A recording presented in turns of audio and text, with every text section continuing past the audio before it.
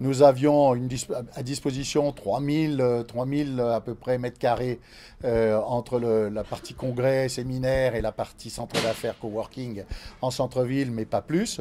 Donc nous avons décidé de le compléter avec ces 2 étages qui sont une offre complémentaire à ce que nous offrons au centre-ville. D'une part, avec une offre de centre d'affaires plutôt haut de gamme, à destination d'entreprises déjà plus installées que des entreprises qui démarrent, où on est un peu moins cher en centre-ville. Et également d'avoir un outil de rayonnement d'attractivité pour des entreprises internationales. Et puis également, le dernier étage, eh bien, nous avons souhaité répondre à un besoin d'espace de réceptif. Les entreprises ont besoin de pouvoir recevoir dans un lieu exceptionnel des investisseurs, des partenaires, des entreprises étrangères.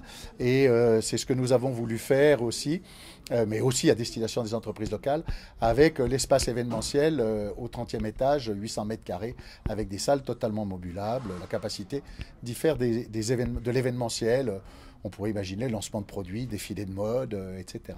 En fait, si vous voulez, c'est un outil qui doit vivre sa vie par lui-même, mais qui doit être au service du jeu collectif. Et c'est ça l'enjeu que nous avons avec l'ensemble des promoteurs. Parce qu'il y avait Provence Promotion, il y avait les acteurs de la promotion du territoire de la ville, l'ARI, Euroméditerranée, qu'est-ce qu'il y avait d'autre, la Chambre de commerce, bien sûr, les premiers. Voilà. Donc tous ces acteurs qui vont à l'international, qui vont parler, dire du bien de Marseille, attirer des investisseurs, donner envie de venir faire du business ici, eh bien tous sont mobilisés pour contribuer. C'est à la fois un atout pour eux dans leur discours, et puis c'est pour nous un atout par rapport à la capacité à faire du business derrière.